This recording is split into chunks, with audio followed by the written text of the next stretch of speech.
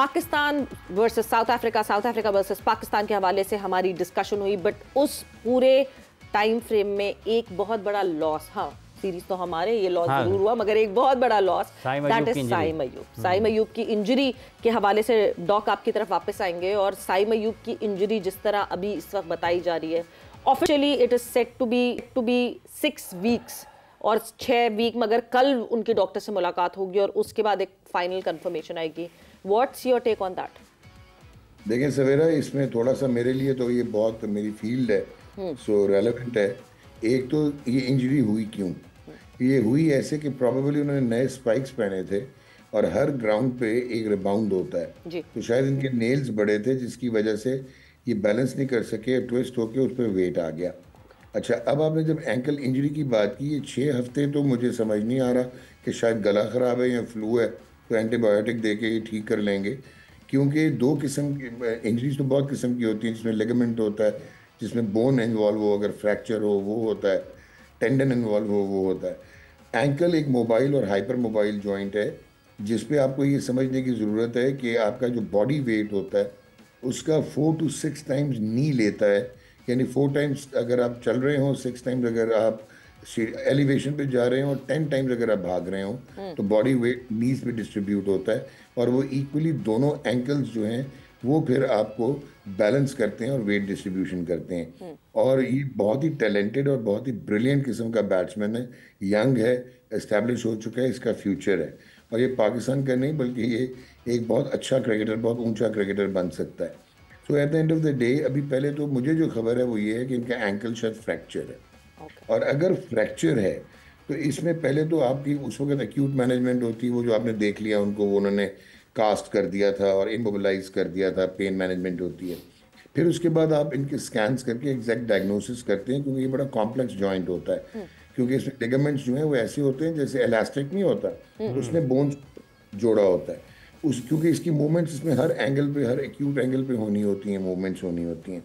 फिर इसके बाद रिहेबिलिटेशन की जो फेज़ आती है, अगर फ्रैक्चर है सर्जिकल इंटरवेंशन होनी है या नहीं होनी सर्जरी, उसके बावजूद आपकी फेज़ 1 एक्यूट फेज़ होती है जिसको 6 हफ्ते लगते हैं। उसके बाद आपकी अर्ली रिहेबिलिटेशन होती है, 6 से 12 हफ्ते की होती है वो, ठीक है जी। और उसके बाद आपकी जो फेज़ 3 होती है स्ट्रेंथनिंग एंड फंक्शनल रिहेबिलिटेशन, वो 3 से 6 माह की होती है। और फिर आप रेजिस्टेंस एक्सरसाइजेस करते हैं और रिटर्न टू कंपेटिटिव प्ले होते हैं 6 से 9 माह में, 6 to 9 months अगर एंकल फ्रैक्चर हो। मतलब हमने तो पहले हफ्ते की कहानी सिर्फ सुना दी कि 6 हफ्ते बस, और अगर ये क्रॉनिक हो, हाँ, और इसकी वजह ये है कि अगर आप जल्दी लेके आ जाएंगे इनको, और अगर ये क्रॉनिक इंजरी हो गई तो आप इनका करियर जियोपर्डाइज कर देंगे।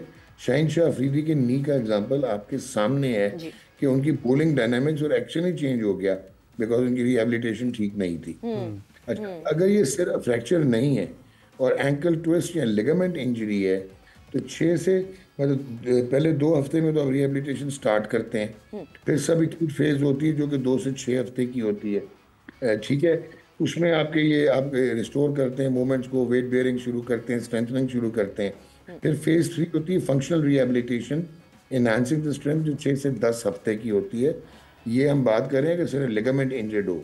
और फेज 4 होती है एडवांस रिहेबिलिटेशन, जो 10 से 12 हफ्ते की होती है। तो इसमें भी 3 महीने लग जाएंगे, और रिटर्न टू प्ले 12 से 16 हफ्ते होता है। डॉक्टर साहब, एक और बात है कि जैसे ये सारी आपने उसके मुख्तलिफ मराहल बताए हैं कि अगर ये हो तो इस तरह, अगर हमें ग्रेड 2 है, ग्रेड 3 है, तो इतना इतना वक्त वो खेल के मैदानों से दूर रह सकते हैं, लेकिन वो गए हैं इंग्लैंड। क्या आपके ख्याल में पाकिस्तान में ऐसी कोई सहूलत मौजूद नहीं है? 24 करोड़ का मुल्क है पाकिस्तान की, 1952 से 2025 तक की क्रिकेट की हिस्ट्री है। यहाँ पर दुनिया के बड़े बड़े फास्ट बॉलर्स, बैटर्स अनफिट हुए, फिट हुए, इंटरनेशनल क्रिकेट खेली। तो आज क्या पाकिस्तान के पास ये भी चीज़ें हमें बाहर से इंपोर्ट करना पड़ेंगी और अपने खिलाड़ी एक्सपोर्ट करना पड़ेंगे? वहाँ पर दरामदात और बरामदात का मामला है। आपने इतनी खूबसूरत बात की है, यही मैं चीख चीख के गला ख़राब हो गया मेरा, कि आपके पास शायद orthopaedic surgeon one of the finest होंगे दुनिया में जो कि पाकिस्तान में मौजूद हैं, ठीक है। लेकिन जब स्पोर्ट्स रिहेबिलिटेशन और स्पोर्ट्स मैनेजमेंट की बात आती है तो वहाँ पे आपके पास कुछ नहीं है, क्योंकि आपने कोई बनाया ही नहीं हुआ। ये जो पाकिस्तान क्रिकेट बोर्ड एक वाइट एलिफेंट है, जहाँ पे डिप्लोमा होल्डर्स जो है वो आपका मेडिकल पैनल चलाते हैं, वेयर फिजियोलॉजिस्ट होना चाहिए, रिहेबिलिटेशनिस्ट जो है वो डिफरेंट काइंड के होते हैं, स्पोर्ट्स मेडिकल स्पेशलिस्ट होते हैं, इंटीग्रेटेड टीम्स होती हैं मल्टी डिसिप्लिनरी, जो कि ऑर्थोपेडिक के साथ चल रही होती हैं। तो इस वजह से आपने उसको इंग्लैंड भेजा है और शायद बेहतर किया है, क्योंकि यहाँ पे आपके पास ये वाली रिहेबिलिटेशन वाली फैसिलिटी आपने देख ली है कि आपके प्लेयर्स के साथ क्या होता है। अभी तक तो बेहतर किया है कि इंग्लैंड भेजा है, मगर कितनी जल्दी वापस घसीटने की कोशिश की जाएगी या वापस सिस्टम में लाने की कोशिश की जाएगी? क्योंकि आपने जिस तरह शाहीन का कहा, शाहीन का सबसे बड़ा प्रॉब्लम ही ये था कि उनको वर्ल्ड T20 के लिए, T20 वर्ल्ड कप के लिए इतनी जल्दी पुश किया दैट ऑलमोस्ट 70% फिट शाहीन को खिला के, और उसके बाद से शाहीन अभी तक अपने रिदम को वापस लाने की कोशिश कर रहे हैं। हमारे पास बहुत सारी, हाँ जी, आपने भी रिदम की बात की, इसमें मैं ऐड कर दूं, शाहीन का केस ऑफ सेल्फ इन्फेक्शन बन गया कि वो अपने नी को थोड़ा बाहर निकालता है, उसकी अंदर आने वाली गेंद जो है वो ख़त्म हो गई, क्योंकि उसने नी को प्रोटेक्ट करने के चक्कर में, वेट बेयरिंग के चक्कर में, और उसने हाइपरप्रोफाइल कर लिया अपने आर्म्स को, क्योंकि उसकी लेग्स लंबी हैं, वो बैलेंस नहीं है, तो उसकी लीवर को वो सपोर्ट करने की कोशिश करता है, तो वो पॉइंट ऑफ इम्पैक्ट पे जिस वजह उसका फुट प्लांट होता है, उसकी बॉडी जो है वो एंगल्ड होती है, जिसकी वजह से गेंद अंदर नहीं आता, रेस्ट लॉकिंग उस तरह नहीं होती। तो ये फर्क आते हैं जब आप प्रॉपर्ली रिहेबिलिटेट ना हो। नो बट एक चीज मैं जरूर जानना चाहती हूँ, हम रिहेबिलिटेशन से समझते हैं कि just physical and medical rehab होता है, बट साथ साथ जो मेंटल रिहैब है, आपको लगता है कि वहां भी कोताही हो गई? शाहीन डरते हैं अपनी उस घुटने पे अब वजन देते हुए? देखें, एक तो अनफॉर्चुनेटली जिस तरह के हमारे इनसिक्योर सिस्टम्स हैं कि शाहीन या बाबर या कोई भी सिक्योर नहीं होती उसकी पोजीशन, रिगार्डलेस वो कितना बड़ा जॉइंट क्यों ना हो, क्योंकि हमारे यहाँ अदर देन मेरिट बहुत कुछ और भी चल रहा होता है, जहाँ पे हमने प्लेयर पावर को कैसे तोड़ना है, मैनेजमेंट ने कैसे करना है।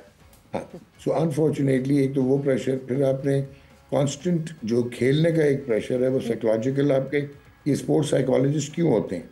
मतलब one fine morning Michael Clarke उठता है और कहता है मैं नहीं यार, बट दैट्स इट, अब मैं नहीं खेलूँ। कुमार संगकारा कहता है नहीं यार अब मैं थक गया, मैं नहीं खेलूँगा। ब्रायन लारा कहता है मेरा दिल नहीं लग रहा। ये क्या है? ये फिनोमिनल मॉड्यूल्स हैं जहाँ पे मेंटली सैचुरेट हो जाते हैं। अभी विराट कोहली जैसा बंदा, उसकी आप हालत देखें कि वो 8 में से 7 दफ़ा स्लिप और कॉट बिहाइंड हो गया, और वो टेक्निकल अपना ही उसका जो बेस्ट स्टांस होता था डायनामिक और स्टैटिक बैलेंस का, वो ख़त्म करके उसने बैट एक्टिवेट किया हुआ है और वो खेलने चले जाता है और वो स्लिप मार देता है। Virat Kohli an icon, so that is his internal problem, not the external problem, that's here. यही बाबर के साथ हुआ कि वही बाबर आजम था ना जो ऐसे फ्लैम्बॉयंटली खेलता था। जब एक्सटर्नल फोकस हटा, internal problem not the external problem. और ये इंटरनल प्रॉब्लम क्या करती है, जब आप डीफोकस होते हैं तो आपका हैंड आई कोऑर्डिनेशन आपका जो है वो सही नहीं रहता, और जिसकी वजह से आप फिर टेक्निकल ब्रीचेस आना शुरू हो जाते हैं आप में, जो कि आपके नहीं होते। तो ये चीज़ें सारी आई होप कि साइन को ख़राब ना करें। ये 6 हफ्ते की कहानी नहीं है, ये लंबी कहानी है।